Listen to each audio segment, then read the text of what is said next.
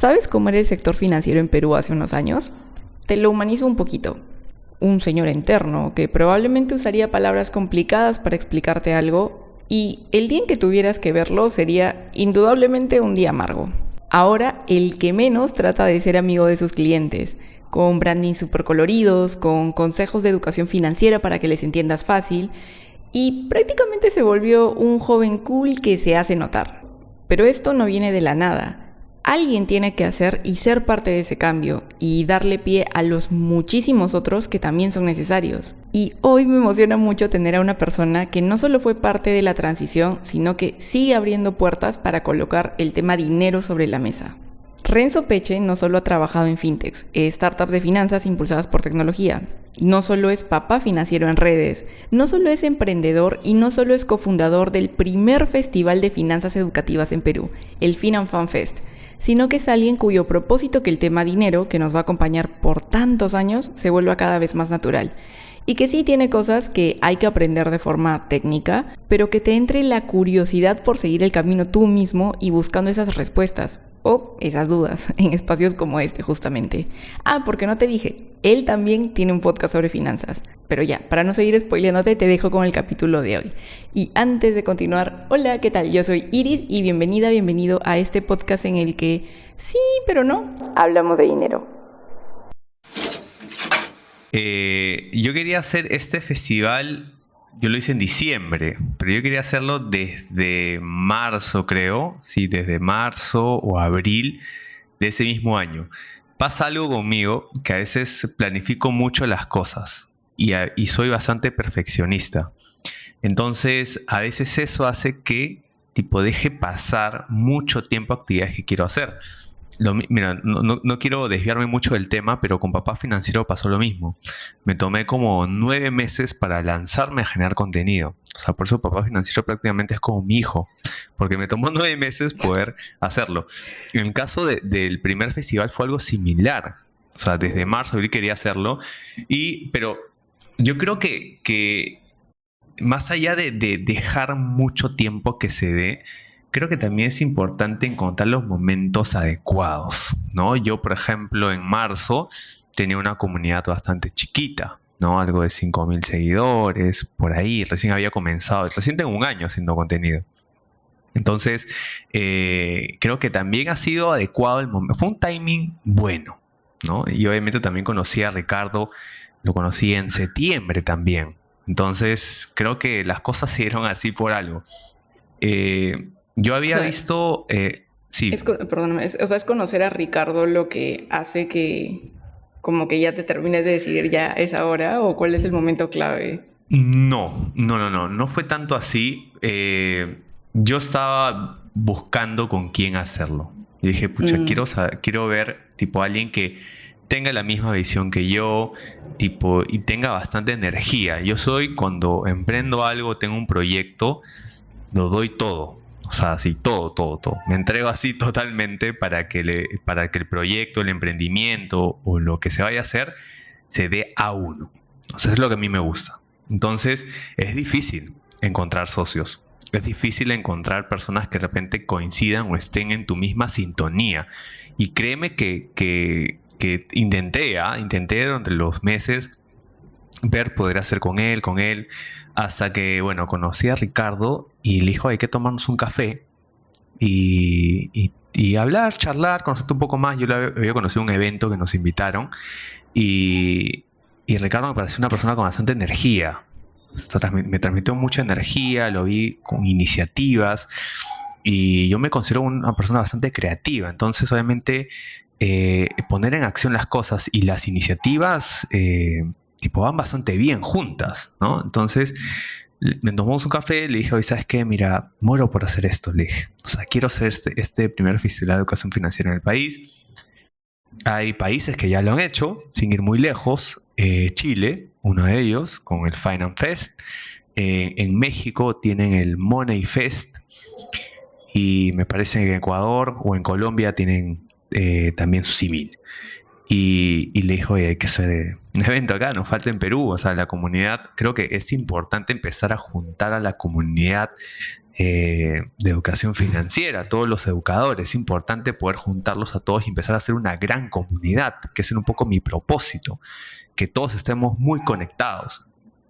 Y cosas así no se había hecho antes, porque se habían hecho seminarios, ¿no? Se habían hecho estos eventos, y no con este estilo que yo estaba buscando de festival, ¿no? Que es un poco más relajado, que los speakers no van con corbata y con saco, ¿no? O sea, con polo, así, muy, muy relajado, con el objetivo de poder transmitir todo este tipo de información valiosa, pero que nos vean como si finalmente sea una persona bastante cercana, un amigo, y es un poco lo que se logró también. Así que ahí arrancamos los preparativos, nos tomamos, me parece, un café en octubre, tipo fines de octubre o por ahí, mediados de octubre, y en noviembre arrancamos las acciones.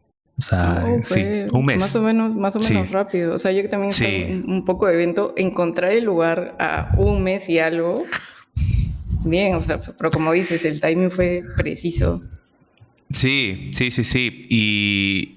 Y bueno, el tema del local también y todo lo demás fue un poco complejo. Bueno, ni Ricardo ni yo somos organizadores de eventos. O sea, ninguno de los dos nos dedicamos a esto. Entonces, y además no habíamos trabajado junto antes. Entonces era un desafío bastante interesante, ¿no? De no conocernos ni como amigos, y de la nada empezar a trabajar juntos y montar este festival, ¿no? Este primer festival de educación financiera, lo que fue FinanFan Fest. Y bueno, empezamos a armar, nuestros equipos también empezaron a conocerse, mi equipo, mi agencia, Loops, y también la empresa de Ricardo, Targox, y empezamos a hacer sinergia entre ambos y obviamente empezar a delegar roles, que fue importantísimo. O sea, delegar No, roles. sí, no, sí, son Sí, muchas cosas como para cargártelo como en una o en dos personas siquiera. Se necesitan varias cabezas checando todos los pequeños detalles. sí, sí, totalmente. Pero a los que de repente están buscando hacer un evento, yo les puedo dar unos tips, que de hecho fue algo que aprendí haciendo este evento. Es la primera vez que hacía algo así similar, al menos de esa magnitud. Que es clave, bueno, ya dije la primera, que es el tema de definir los roles. O sea, quién va a hacer cada cosa. O sea, es importantísimo. O sea, si no, una persona puede repetir tareas o no se sabe quién es la que tienes que aprobarlas y termina saliendo las cosas mal o retrabajos, incomodidades con el equipo. Entonces, y empezar a separar, nosotros lo hicimos por grupos de WhatsApp. Teníamos grupos para cada área, para temas de diseño, ¿no? Que debíamos todo el tema de marketing, para el tema de operaciones, para tech, ¿no? Donde veíamos toda la programación de la web, porque montamos una web, una pasarela de pago también de cero. Hicimos todas las entradas se podían comprar por medio de la web. Y bueno, también un grupo donde ya estábamos solo los líderes y ahí discutíamos y tomábamos decisiones también, ¿no? O sea, era importante, obviamente, y eso, seguir manteniendo nuestras propias actividades, ¿no? Nuestras actividades, yo Claro. como papá, con mi marca personal, mi agencia no podía parar, tenía que seguir atendiendo a mis clientes, todo tenía que continuar igual. Y bueno, y otras actividades que también, y Ricardo igual, ¿no? Ambos teníamos que hacer nuestra actividad. Entonces era dividirnos, organizarnos y cada momento poder aportar lo que se pueda, ¿no? Y ese es el primero, la organización. El segundo, que es importante, el tema de los speakers. Algo que nos damos cuenta es que tener buenos speakers es muy importante. Y no solo eso, sino también marketearlos, ¿no? O sea, saber exactamente, empezar a definir cómo lo vamos a comunicar, cómo queremos que lleguen a las personas, qué es lo que finalmente, qué solución les va a dar ese speaker. Entonces eso también lo montamos, empezamos a definir, darle vueltas, cómo podemos llegar a ellos. Y no solo eso, sino también cómo podemos empezar a comunicar su presencia en el evento. Entonces, Claro, también y creo que en es... el caso de los speakers, que como decías al inicio son creadores de contenido de finanzas, pero están como un poco desconocidos cada uno entre ellos, ¿ya los tenían mapeados? ¿Tuvieron que hablarles a uno desde cero y presentarles el festival? ¿O sí es como una pequeña comunidad que se conocía desde antes? Tuvimos la suerte que me parece que una semana antes o 2 semanas antes del lanzamiento nos invitaron a varios generadores de contenido de finanzas. Un banco nos invitó a un evento, a todos. Y ya la idea con el Ricardo ya estaba decidido que se iba a dar el evento. Entonces al final del evento les dijo, nos juntamos todos en círculo, me acuerdo, y les planteé, le dijo, ¿sabes qué? Quiero hacer esto. O sea, y quiero contar con ustedes. O sea, me parece importante empezar a generar una comunidad de finanzas personales, inversiones, la más grande, ¿no? Y a todos les vaciló la idea, les gustó. Y entonces ya tenía el primer acercamiento y lo más importante que era presencial. O sea, me vieron la cara. O sea, yo se los dije personalmente la idea. Entonces ya las coordinaciones digitalmente y virtualmente ya fueron un poco más sencillas, porque ya se los había dicho. ¿Qué tal coincidencia bueno, del evento del banco? Sí. Sí. Creo que todo se alineó para que se pueda dar de esa forma. Y bueno, estaba dando los tips y con esta cierro, con la tercera, ¿no? Comenté un poco la organización, la planificación, los speakers que son muy importantes, y la tercera son los proveedores, que es importantísimo. O sea, empezar a definir cuál va a ser el más costo-beneficio dentro de tus proveedores, cuál va a ser el más rentable también. Hicimos un buen research porque con Ricardo nos planteamos que esto iba a ser un MVP. O sea, íbamos a ver si funcionaba o no. Entonces tampoco queríamos el mega evento. Por eso también las capacidades que teníamos eran de 250 personas para iniciar. Entonces, creo que también fue clave empezar a conocer personas que no solo estaban interesadas en el evento, sino también quieran aportar y tengan esta visión de querer ayudar a más personas en tema de educación financiera. Entonces ahí las marcas también, los sponsors fue muy importante, los proveedores que trabajaron con nosotros, y generar esa confianza con ellos también ha sido clave para que sean puntuales, para que nos puedan traer las cosas que deben entregarnos. Y también esto da puente al punto número 1, nuevamente regreso al punto número 1, que es la organización, ¿no? Que delegamos una persona que netamente era el que tenía que coordinar con todos los proveedores, y así nosotros no nos molíamos la cabeza coordinando y llamando por teléfono para asegurar algún producto o algún servicio que nos iban a dar, ¿no? Entonces creo que eso es importante. Claro, ahí están los 3 puntos, y no te quiero comprometer a que asegures ahorita en el programa que sí o sí va a haber otro festival, pero ojalá que sí haya y que ya la capacidad crezca.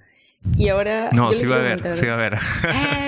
Sí, es que justo esa fecha yo ya tenía un compromiso y lo vi, no sabes cómo me dolió no poder ir, pero apenas sale el otro ya lo bloqueo en mi agenda y de todas formas estoy por ahí. Sí, ahora, se viene Finos Fan Fest este año también. Bien, el 2. Y ahora yendo un poco, o sea, aumentándole un cuarto punto a lo que acabas de comentar, el tema de los asistentes. ¿Tú tenías una idea del perfil de personas que iba a ir y, no sé, te llevaste alguna sorpresa viéndolo ya en persona, 250 personas interesadas en finanzas personales ya juntos en un mismo espacio? ¿Te parecía que iban a ser así como te los imaginabas desde antes? Si te refieres al perfil, sí, porque bueno, finalmente con Ricardo ambos tenemos comunidades, ¿no? Entonces se puede definir un poquito cuál va a ser el perfil. Aparte, había dictado unos talleres también virtuales, entonces las personas que asistieron también más o menos conocía el perfil, conocía un poco en qué etapa se encontraban, qué es lo que buscaban también. Por eso también con los speakers se hizo una comunicación de, oye, haz tu charla lo más horizontal posible, ¿no? O sea, no utilices muchos tecnicismos, trata de entrar a ellos de una manera bastante casual, ¿no? Que es lo que queríamos. Entonces, respecto al perfil, lo teníamos más o menos mapeado.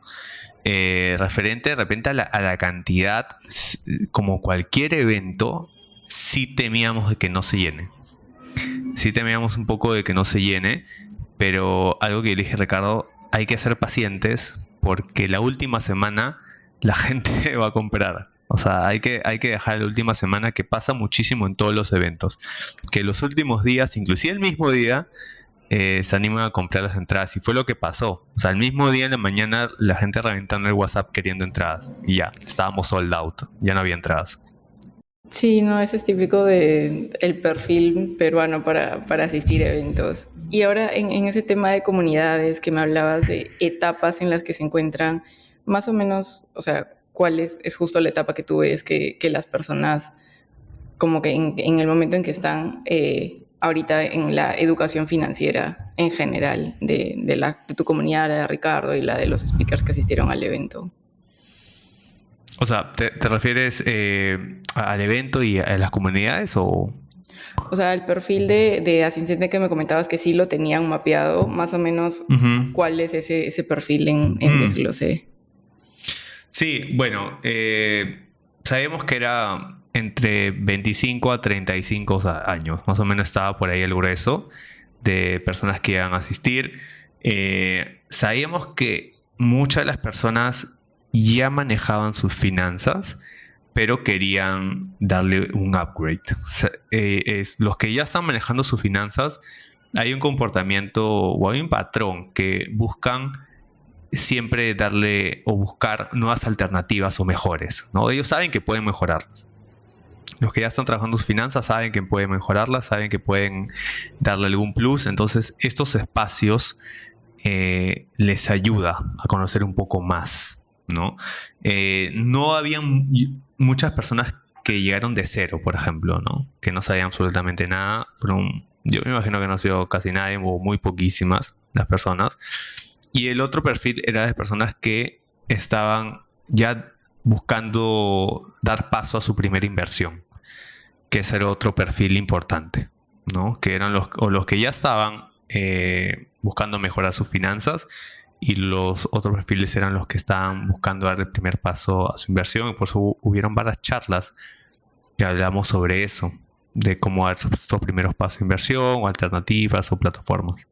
¿Tú crees que inversión es justamente el paso en donde, o sea, a veces es como que empiezas el uno, el 2, 3 y llega un pasito en todo el camino financiero en donde es como que un poquito más difícil seguir avanzando? ¿Tú crees que inversión es ese en donde la mayoría de gente se detiene un poquito antes de continuar? Sí, sí, yo creo que sí, porque considero que para invertir hay muchos puntos a evaluar.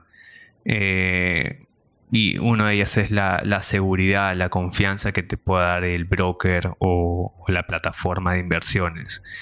Que eso es clave, ¿no? Sobre todo por estas noticias que abundan muchísimo sobre estafas, ¿no? Financieras, que son varias, ¿no? Hay mucho scam dentro de la industria financiera. Entonces es importante que las personas se eduquen mucho más y analicen antes de poder invertir.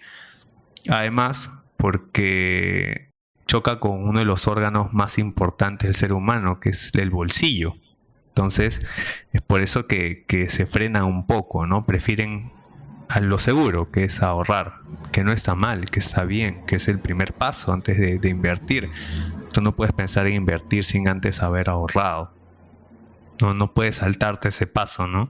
Y a veces cuando sucede eso, ¿no? Te saltas el ahorro y vas de frente a la inversión, hay una probabilidad de que falles en tu inversión, y eso hace que temas, ¿no? Y ya no quieras volver a invertir, y a su vez también compartas a los tuyos o a tu entorno que la inversión no sirve, ¿no? Y ahí también se multiplica eso, ¿no? Ese es un boca a boca de que la inversión no tiene sentido, porque te fue mal, porque no te educaste, no porque realmente la inversión sea mala. Entonces, creo que hay pasos importantes antes de invertir.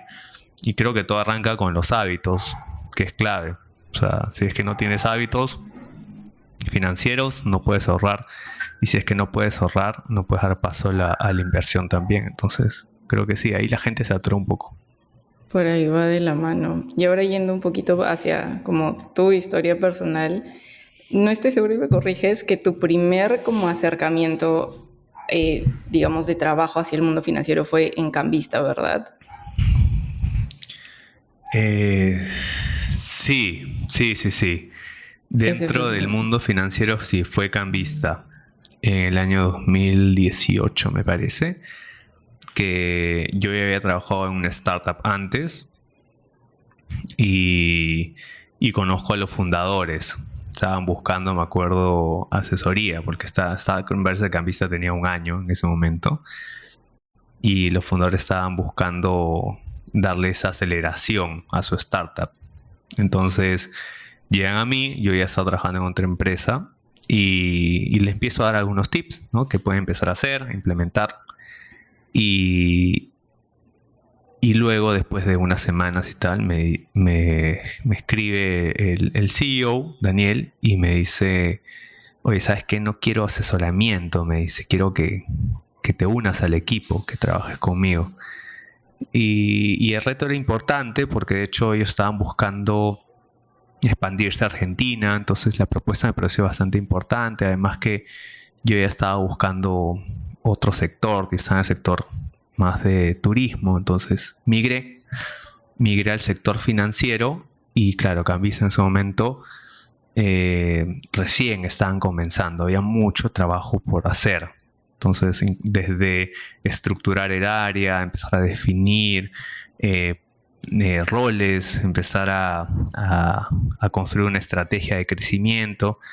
Y fue bien, me fue bastante bien, crecimos un montón. Crecimos un montón. El equipo de marketing que en ese momento yo lideraba también creció. Era un equipo súper junior y llegaron a ser muy capos. Y ahora me parece que ya están en otras empresas también y están liderando equipos. O sea, muy, muy, muy bien. Y bueno, de ahí ya di paso a una posición más gerencial en una plataforma de inversiones también. Mantenía el sector financiero. Y bueno, de ahí continuó un poquito mi carrera. Luego trabajé en otra startup acá en Perú, en Argentina también. Y ahí fue que empecé ya a encontrar ese gustito por el sector financiero. Estudié una especialidad en finanzas aplicadas también. Y ahí ya creo ¿Dónde que está? empezó a dar esos pasos sobre la educación financiera. Y de ahí el primer festival de educación financiera en el Perú. Sí. Pero justo te preguntaba por eso, porque justo, ¿qué es el gustito que encuentras en las finanzas para que, o sea, empiece en una empresa y entiendo que, por ejemplo, si son habilidades de marketing, la podrías llevar a diferentes sectores, pero en finanzas debe haber habido algo que te jalara tanto que seguiste como dando camino en ese rubro, mi papá financiero y todo el festival y todo lo demás. Entonces, ¿qué es lo que Ujú. te llama la atención de las finanzas personales? Mira, algo que me has hecho acordar algo de cómo comenzó esto que ya me había olvidado. Y es que el sector fintech en el Perú tiene muy poco tiempo. Me refiero al sector fintech como el sector de finanzas y tecnología. Muy poco tiempo cuando llegué, creo que tenía un par de años, creo que de haber existido. Entonces eran empresas con un servicio muy frío, ¿no? O sea, todas las fintechs se veían como muy serias, ¿no? Muy, muy serias en ese momento. Y cuando yo entré, dije, oye, hay mucho por hacer acá, porque nadie lo está haciendo. O sea, normalmente cuando uno trabaja en marketing, trata de ver un poco referentes a nivel local, a nivel internacional también, pero su primer paso es ver a nivel local. ¿Qué están haciendo los demás? Y era malísimo, o sea, malísimo lo que estaban haciendo, no podía ver al costado. Y dije, bueno, acá nadie lo ha hecho. Entonces me acuerdo que me junté con mi equipo en ese momento y les dije, mira, lo que vamos a hacer ahora no lo ha hecho nadie en el Perú. O sea, vamos a revolucionar un poco cómo comunicamos sobre finanzas por medio de Gambista en ese momento, y vamos a cambiar, vamos a girar hasta cómo hablamos. Hicimos obviamente un trabajo de análisis para saber un poco el lenguaje que íbamos a utilizar, los formatos, cómo nos dirigíamos a las personas. O sea, ya era una estrategia de marca también, donde el lenguaje tenga contacto con todos los puntos de comunicación de la marca, tanto sea por WhatsApp, sea por llamada, sea por los posts que se hagan en redes sociales, en la página web. Todo todo tenía que coincidir. Y así, obviamente fue un trabajo de meses. Y empezamos a comunicar de una manera totalmente distinta y todas las fintechs empezaron a voltear sobre esto que están haciendo, ¿no? me di cuenta que estábamos por buen camino cuando empezaron a copiarnos. O sea, veíamos que la competencia estaba haciendo cosas muy similares a nosotros y dije, man, ya, estamos bien, les gusta lo que estamos haciendo, era un poco era un indicador, ¿no? Que estábamos por buen camino. Yo empezar a crear algunos productos internos que también ayuden la retención. Entonces, ahí fue que dije, oye, mira, nadie está haciendo esto. O sea, nadie lo está haciendo, hay una gran oportunidad. Y a su vez, me encontré con un gran déficit de educación financiera, ¿no? Había muchas personas que hacían preguntas muy básicas, muy elementales respecto a sus finanzas. Entonces dije, oye, mira, acá también. O sea, nadie lo está trabajando de esta manera. O mejor dicho, nadie lo está comunicando de una manera adecuada y además estamos en un país donde hay un déficit de educación financiera, hay carencia de interés también. Así que así, poco a poco empezó a tomar un poco más de sentido esto. Y bueno, después de muchos años, ¿no? Ya me lancé, pero eso fue como que el chispazo, creo. Claro, y en tu caso, ¿dónde sientes que aprendiste eso que para la gente era súper básico todavía, porque fue hace años, pero tú en qué punto de tu vida o qué referente tuviste para coger ese conocimiento? Creo que sí me ayudó mucho los estudios.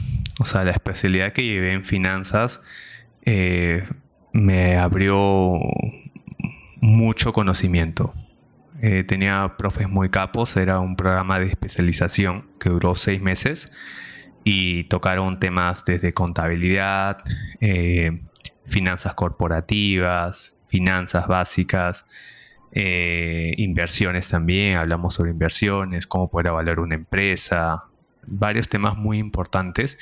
Y hasta ahora tengo mis apuntes, porque desde ese momento dije, esto lo tengo que compartir, está buenísimo. Estoy hablando del 2020. Mira, yo me lanzaba en el 2022. 2023 me lanzaba.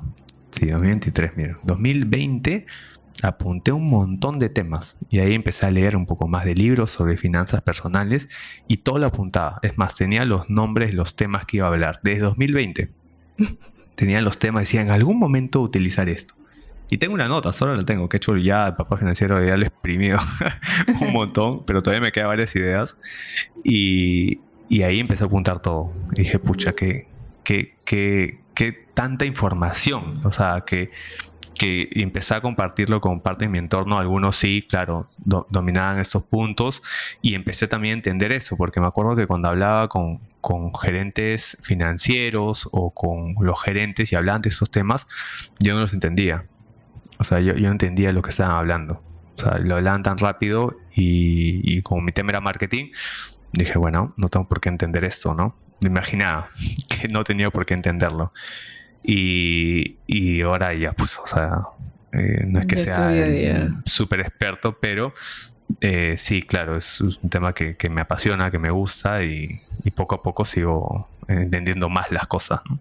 ¿Y qué es algo que sientes que, o sea, todavía está pendiente de aprender? Que estoy seguro lo vas a estudiar en algún punto, pero ahorita todavía no es que te muevas como pez en el agua en el tema financiero. Sí, mira, algo que me da mucha atención y algo que desde un inicio era el tema de trade. O sea, sí me gusta el tema de trading. Sé que es un trabajo bastante técnico y de seguimiento, se necesita bastante tiempo también para eso, pero siento que me gustaría aprender un poco más sobre eso. O sea, un poco más, nada más. De ahí los demás, bueno, bienes raíces que también me gusta muchísimo.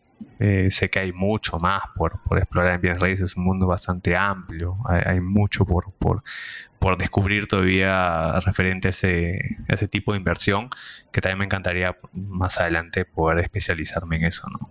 Pero creo que esos dos, básicamente. Que también, o sea, no puedo especializarme en todo, o sea, tengo que especializarme en lo que finalmente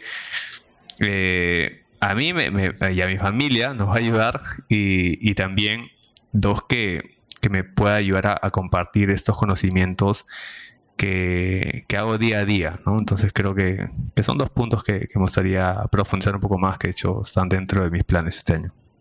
Ok, bienes raíces y trading. Y solo para las personas que no conocen bien el término, a ver, yo lo defino de una y tú de otra forma. Yo tengo entendido que el trading son como inversiones, pero mucho más seguidas. O sea, sí estás como varias veces al día poniendo y sacando dinero y estás monitoreando.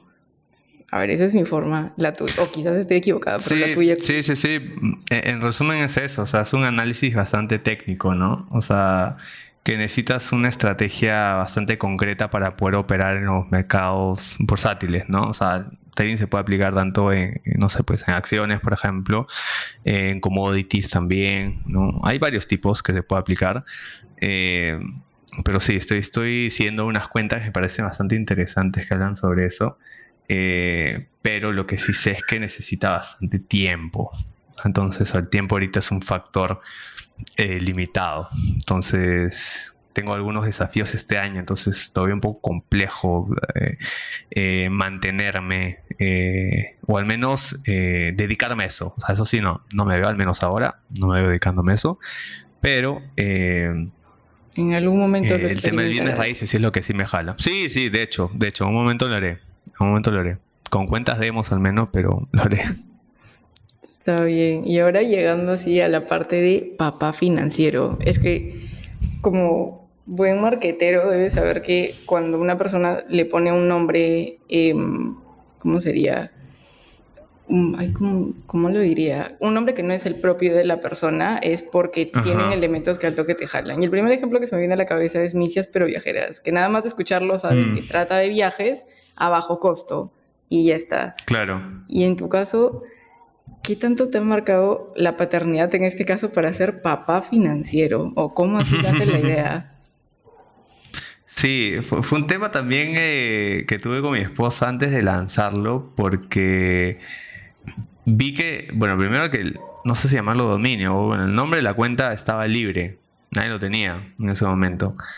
Y yo sí me había gustado, porque de hecho, más allá de que soy papá y a mí la paternidad me ha marcado muchísimo, o sea, cambia tu vida totalmente para bien, o sea, cambia para bien tu vida y me marcó mucho la paternidad. Me gustan mucho los temas de paternidad también, me gusta aprender más de cómo poder cómo poder criar a mi hija, ahora a mi hija, de la mejor manera, tipo los tips, los hacks que se puedan tener. He leído varios libros de paternidad también, entonces soy chancón en ese punto. O sea, inclusive considero que soy más chancón sobre la paternidad que las finanzas, porque la responsabilidad de criar a una persona es súper importante y solo te puedes dar cuenta de eso cuando ya eres papá o mamá. O sea, la crianza es fundamental, o sea, marca la vida de una persona. O sea, lo que hagas en los primeros años repercute en la adolescencia, repercute en la adultez, repercute en toda su vida. Entonces, cuando tú ya tomas conciencia de eso y te das cuenta de la responsabilidad, dices, no la puedo cagar. O sea, tengo que hacer las cosas bien. O sea, tengo que hacer las cosas bien. Entonces, por eso me esfuerzo mucho por ser un buen padre. O sea, me esfuerzo mucho para que mi hija tenga la mejor educación, la mejor crianza. Entonces, por eso creo que me marcó mucho. Y obviamente, como ya quería hablar de finanzas personales, dije, creo que va a ser un buen espacio.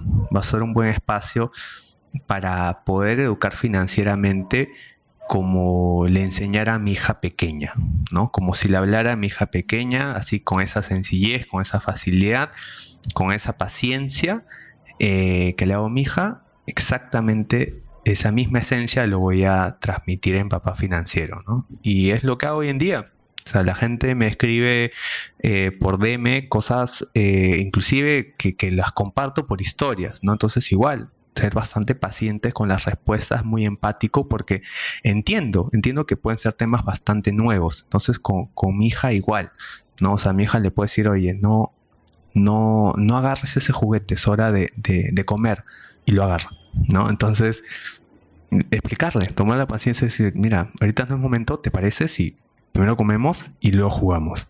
Ya papá, listo. Entonces, creo que que va por ahí un poco de por qué el nombre, ¿no? O sea, de llevarse educación financiera como si le enseñara a mi hija pequeña, ¿no? Y ahí es como nace. Ay, qué chévere eso. Pensé que era más como de papá a papá, pero ahorita descubriendo que es como de papá, como si se lo explicaras a Sophie. Qué lindo. Sí, Y yendo, o sea, tal cual como dices, sí, la paternidad, maternidad, creo que es algo que no puedes asimilar hasta que te toca vivirlo. Y algo que he escuchado, y me lo confirmarás tú, es que a través de los hijos vas encontrando como temas pendientes o cosas que ni sabías que tenías. Entonces, hablando financieramente, a través de ella has visto como costumbres, hábitos, tanto buenos como malos, que, o sea, que tú mismo tenías y no te habías dado cuenta.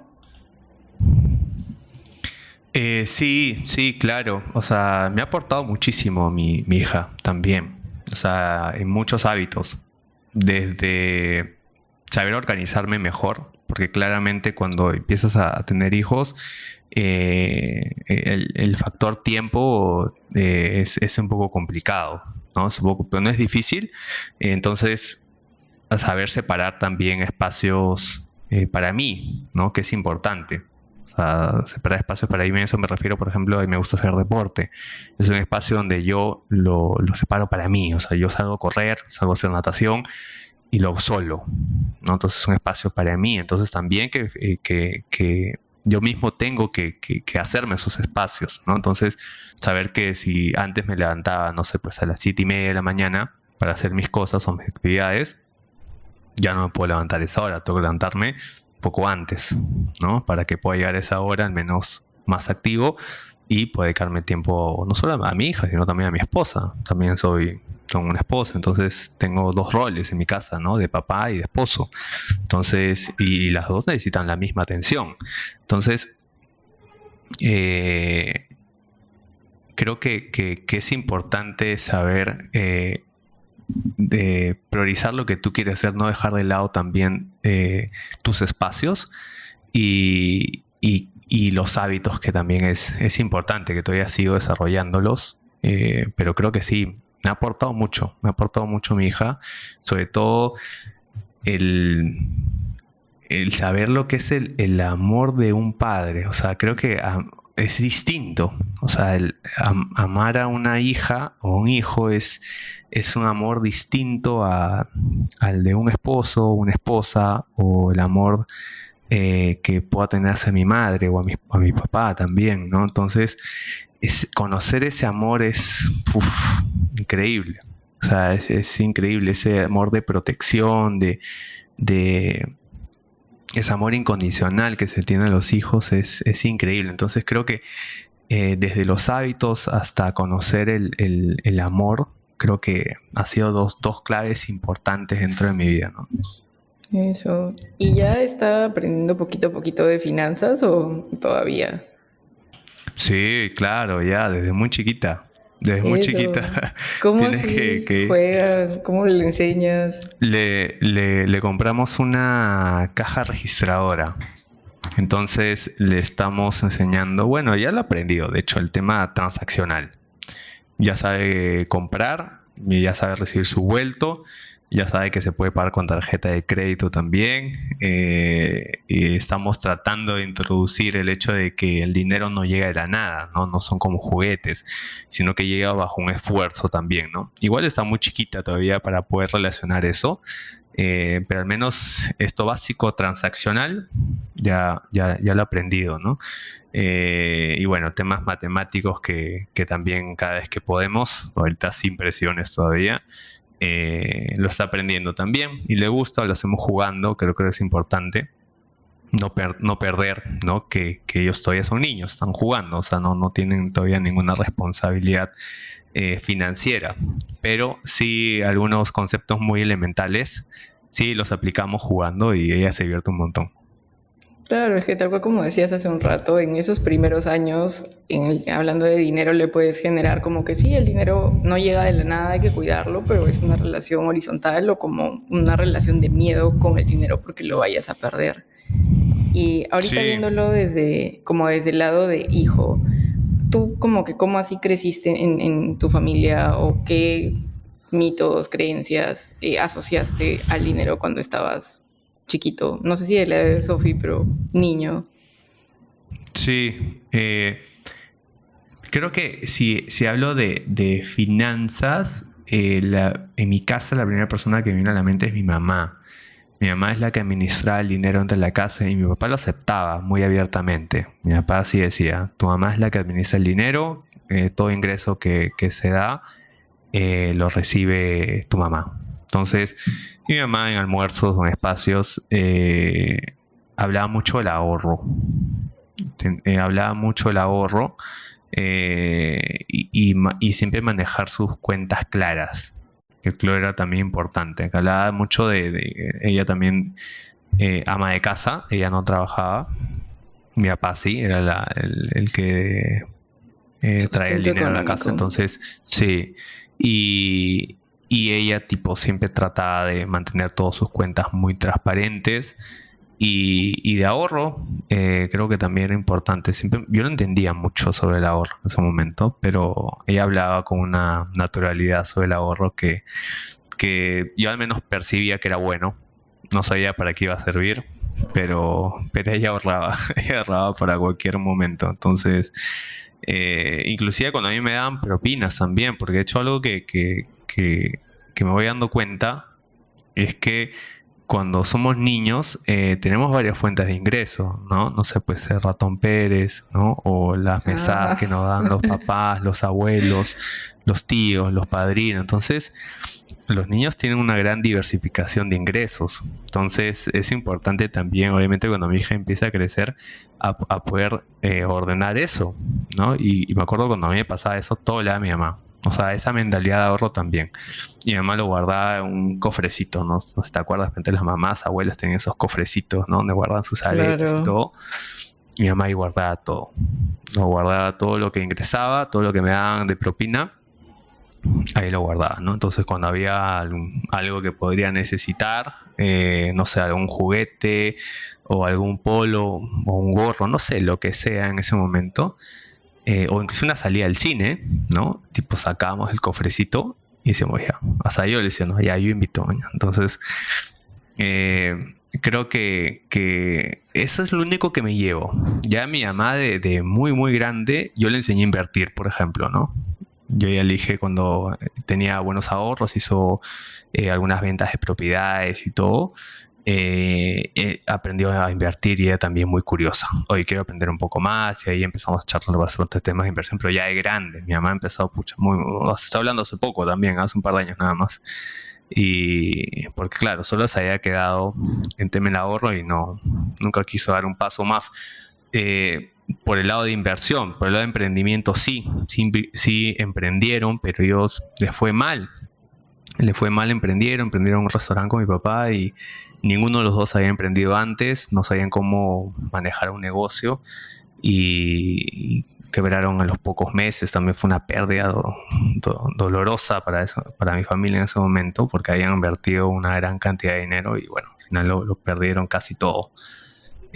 Pero bueno, también, y eso les dio miedo, por ejemplo, ¿no? Dijeron, no, ya me salió mal esto y nunca más. Y ya después de muchos años, mi mamá nuevamente ha despertado, viendo un poco lo que comparto y todo, dijo, y sí, es una buena opción.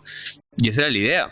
Bueno, esa es la idea realmente, ¿no? O sea, con el contenido que subo, que la gente, tipo, se les mueva algo adentro y, oye, si este pata lo puede hacer, ¿por qué yo no? ¿No? O sea, se ve sencillo. O sea, al menos puedo empezar un poco más y dar un paso, ¿no?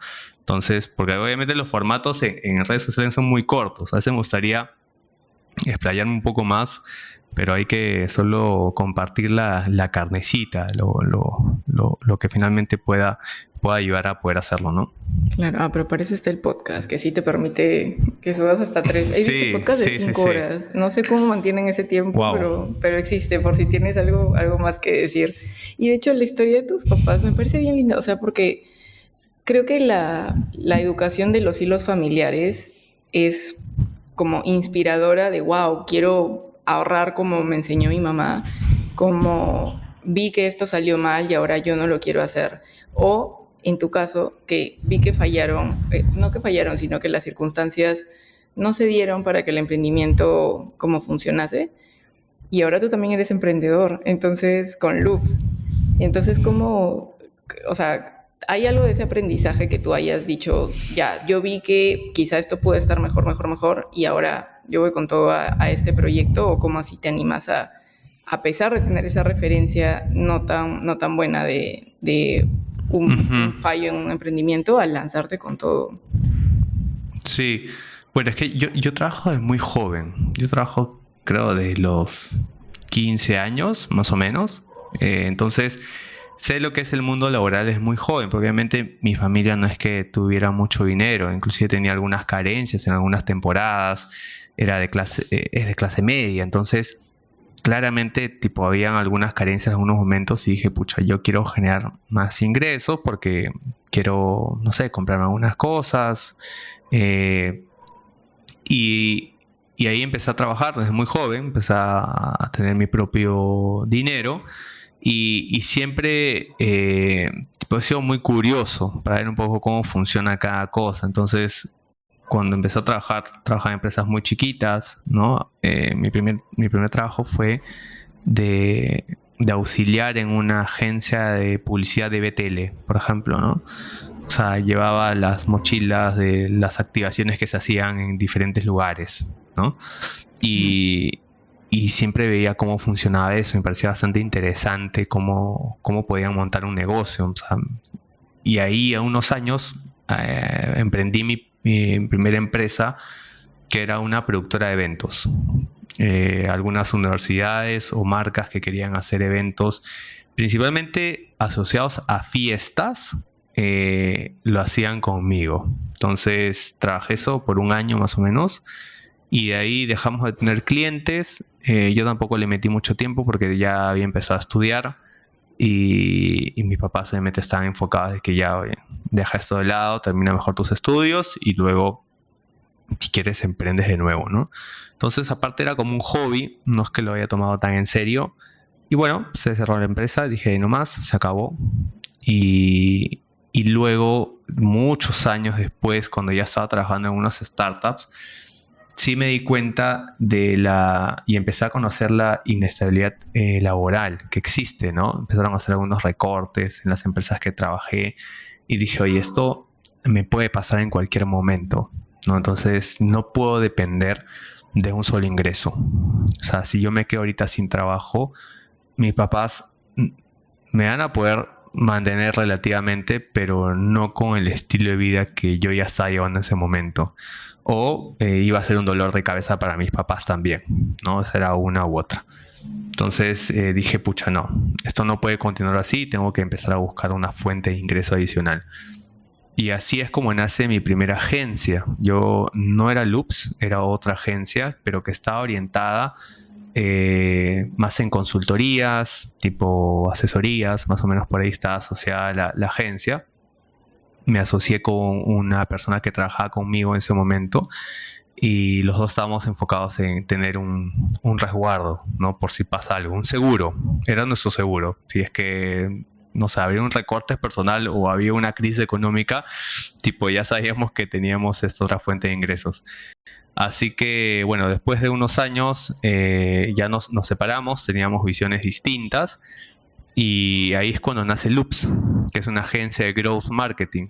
Y esta agencia ya está enfocada en ayudar en estrategias de growth a startups, a empresas tecnológicas. Un poco por la experiencia que tengo ya 7 años trabajando en startups, dije, pucha, ya es ese momento de repente también ayudar a más personas a poder posicionar sus marcas digitalmente. Entonces, obviamente con una esencia muy de growth.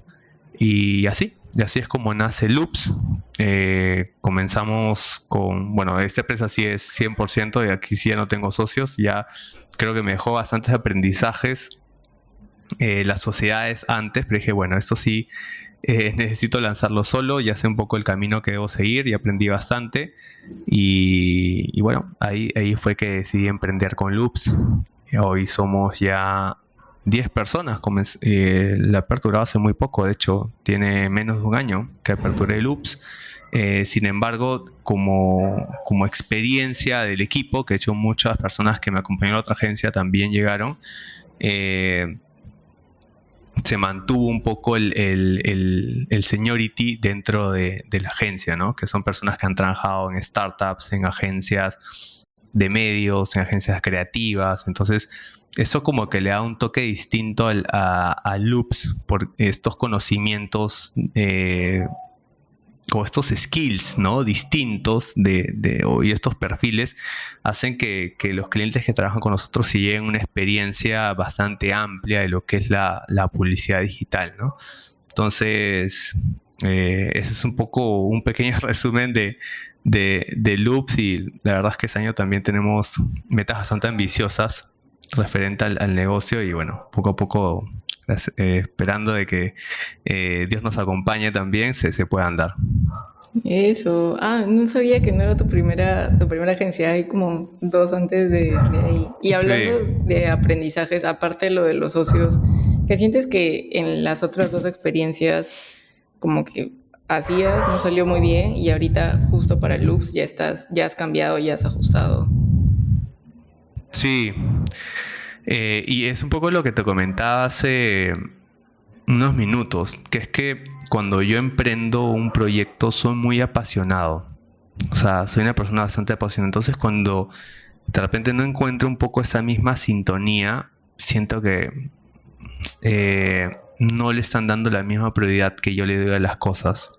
Y eso como que me descuadra un poco, para ser sincero. Sí me gusta que la gente mantenga, o sea, si es que realmente es su prioridad, ¿no? Si no es de un inicio, se puede compartir y decir, sabes que no, esto no va a ser mi prioridad y no le voy a dar las ganas que tú tienes. Entonces a mí también me voy a poder decidir si es que continuar o no algún proyecto con una persona.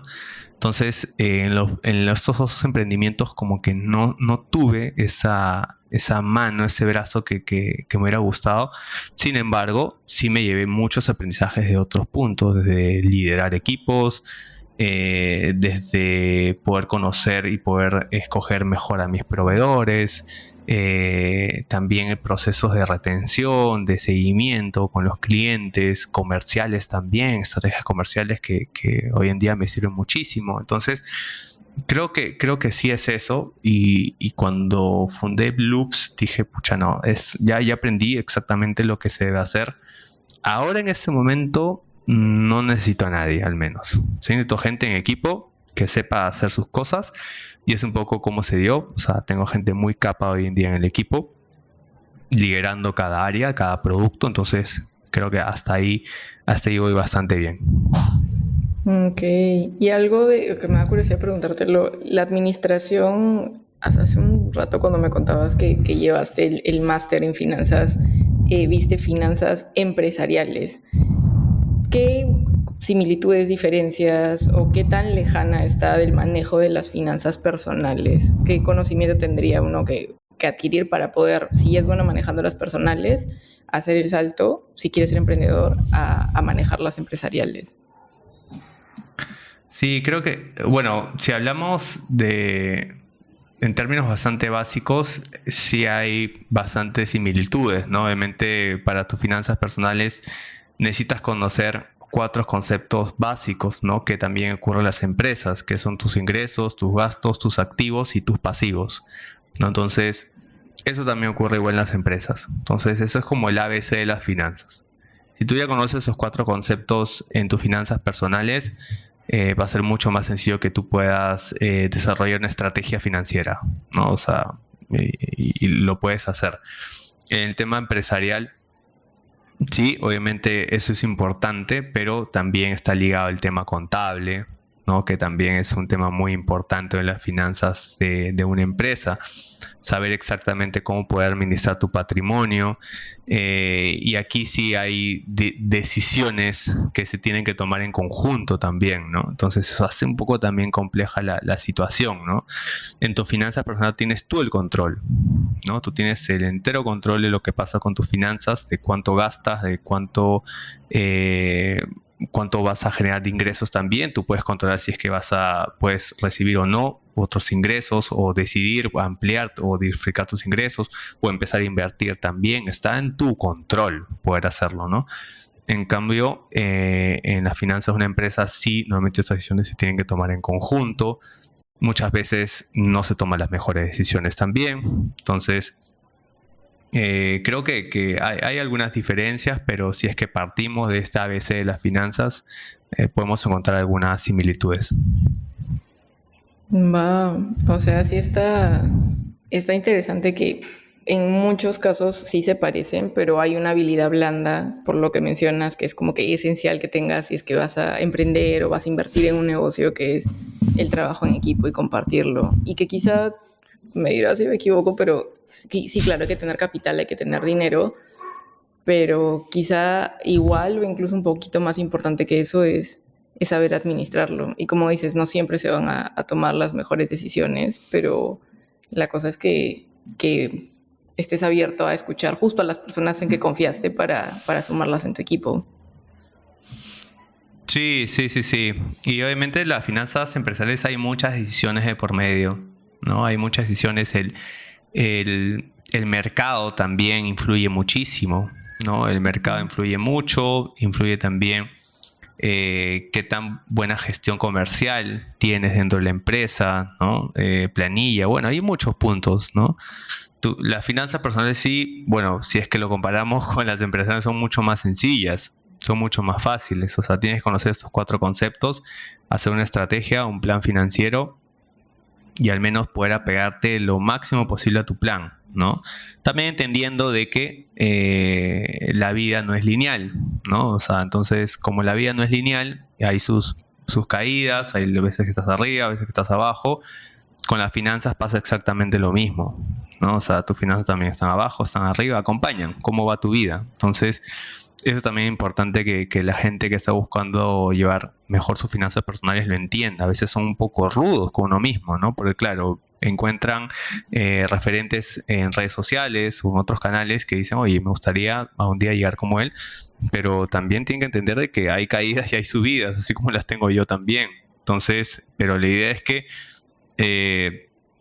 tratemos de apegarnos lo máximo posible al plan y también ser flexibles con nosotros mismos, no ser tan duros, ¿no? Hay que ser flexibles con nosotros mismos. A veces pasa mucho ahora este mes, ¿no? Que la gente está arrancando, se repite muchísimo la palabra presupuesto, ¿no?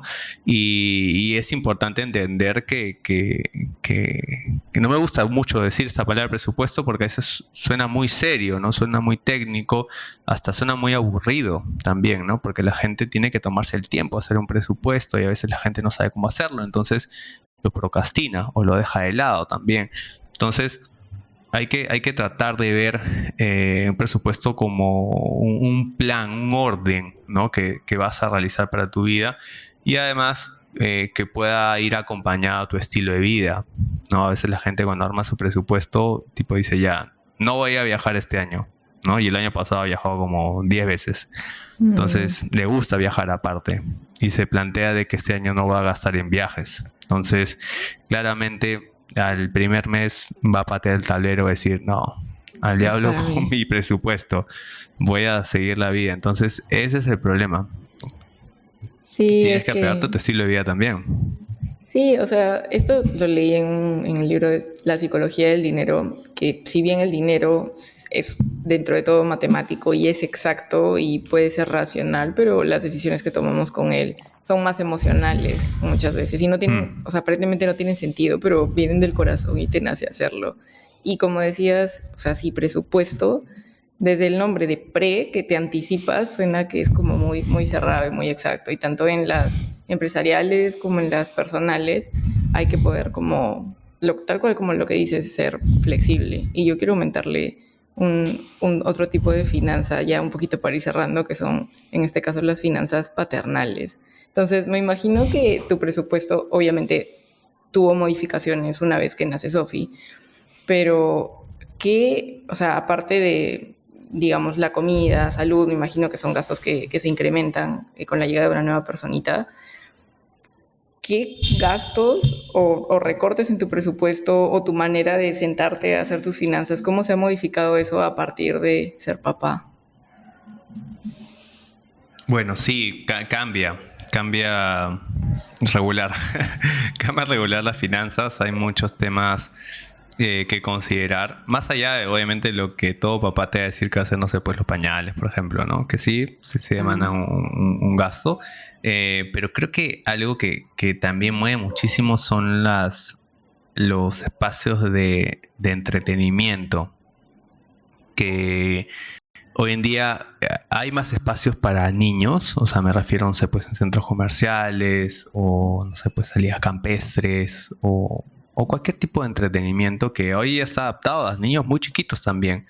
Hay una gran visión ahí de emprendimiento, de poder de alguna forma cubrir esta demanda de padres que antes no había, ¿no? O sea, yo digo, estoy en una época que soy papá y hay muchos emprendimientos que tienen servicio para mi hija pequeña.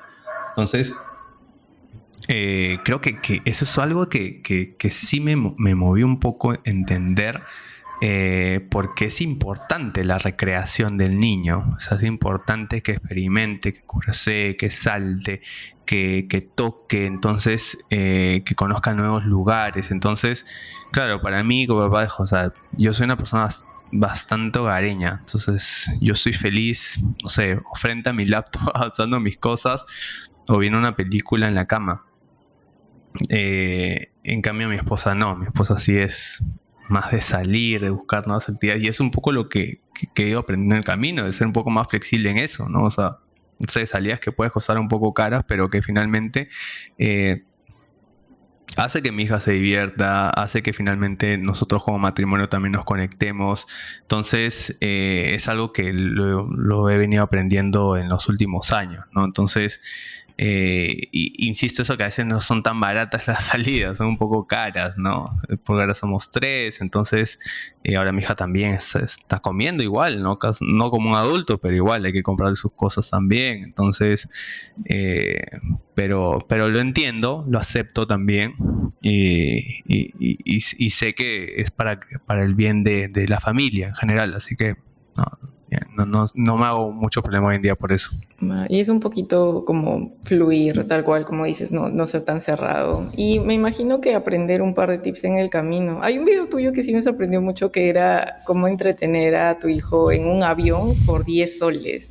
O sea, Sí. wow. Y en verdad son cosas que a mí no se me hubieran ocurrido, porque estoy segura que son ideas que te vienen cuando ya estás en el momento. Entonces, está muy chévere como también ir encontrando esos tips and tricks e irlos compartiendo para que otras personas también se inspiren y o sea, sí hay salidas caras, pero que también hay otras en las que te puedes ingeniar y resolver. Ah, sí, sí, totalmente. Y bueno, ese video también nació porque como mi esposa tomó la decisión de no darle pantallas a mi hija, ¿no? Entonces ya habíamos leído un poco al respecto y lo que puede generar. Entonces, y habíamos escuchado varias recomendaciones que menos de 2 años no es recomendable darle pantallas, ¿no? En general, bueno, para todos, nosotros también, no podemos tener un uso excesivo de pantallas, ¿no? Bueno, gracias también uso lentes. Entonces, como habíamos decidido eso, pues dije, ¿cómo las distraemos? O sea, ¿cómo distraemos a mi hija? Bueno, realmente el vuelo no era tan largo, era como 1 hora, me parece. Nos estamos yendo a Arequipa, si no me equivoco. Y bueno, ahí surgió eso. Les compramos stickers, les compramos plumones así súper baratos en una galería. Y ya, ahí surgió la idea. Dije, ya, grábame, voy a compartir eso, me parece importante, no solo súper barato, no le vas a dar pantalla, o sea, dos pájaros de un tiro, ¿no? La mantienes distraída y además no le das pantalla, así que me pareció cool y ya, y lo subí. Sí, está chévere. Aparte, o sea, esas cosas que se te ocurren a ti, como que te pueden servir a ti, no sabes a quién otra persona le llega y también se va compartiendo las ideas, el conocimiento y se va haciendo una comunidad más bonita. Y ahora sí, Renzo, última pregunta para cerrar. Y siguiendo el espíritu que me contabas de papá financiero, que es como decírselo a Sofi. Entonces, ¿qué hábito bueno quisieras que ella aprenda de ti? ¿Y qué hábito que todavía falta mejorar te gustaría que no replique? Hablando de las finanzas. Uy, qué buena pregunta.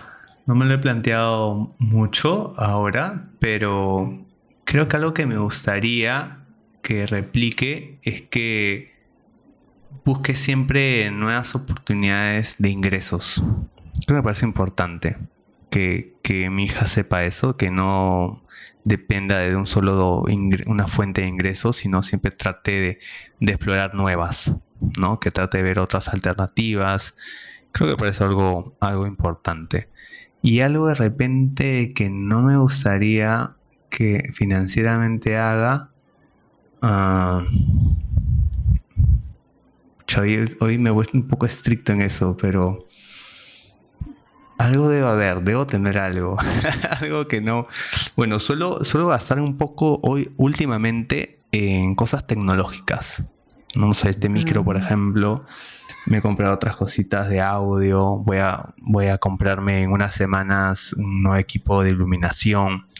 Entonces, pero sé que en una forma me aporto también, pero de repente hacerlo un poco más espaciado, ¿no? A veces me da la locura y digo, ya, corremos esto una vez, armemos esto, y a veces esos gastos pueden ser un poco Sí, altos en los ese momento. tecnológicos son altos, sí. Sí, claro, y son caros. Entonces, y yo no compro nada a cuotas. Entonces, claro, o sea, a un cocacho nomás tengo que pagarlo a fin de mes. Entonces, creo que eso, de repente ser un poco más espaciado con las compras y que no se aloque mucho.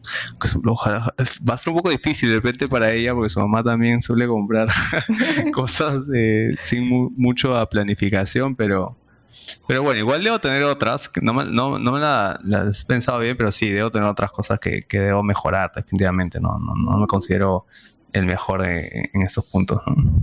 No, y quizá para cuando sea grande van a aparecer otros instrumentos financieros que Sí. quién sabe qué retos vayan a llevar.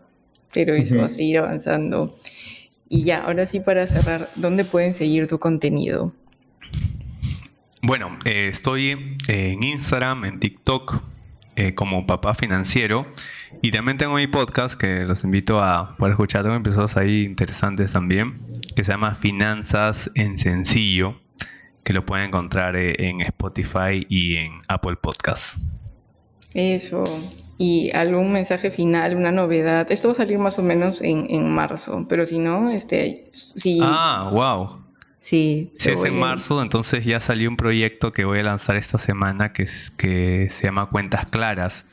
Es una plataforma de educación donde van a encontrar todo para poder mejorar sus finanzas personales.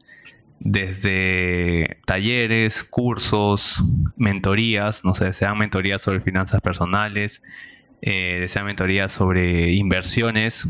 Van a tener los mejores especialistas en esa plataforma.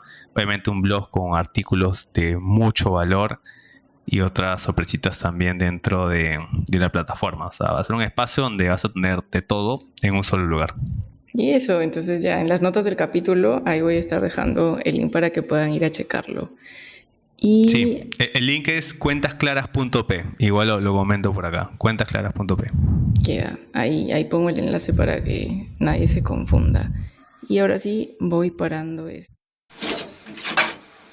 Espero que te haya gustado el capítulo de hoy y todas las redes de Renzo, como siempre, te las estoy dejando en la parte de abajo, donde sea que estés escuchando esto. Además, ya sabes que las redes del podcast, si quieres ir a seguir más contenido por ahí, no es un podcast de dinero en todos lados. En todos lados es Instagram y TikTok por el momento. Y ya, nosotros nos vemos la próxima semana a la misma hora por el mismo canal. O sea, en tu plataforma de podcast favorita los domingos en la mañana. Que tengas un muy, muy, muy bonito día. Chao.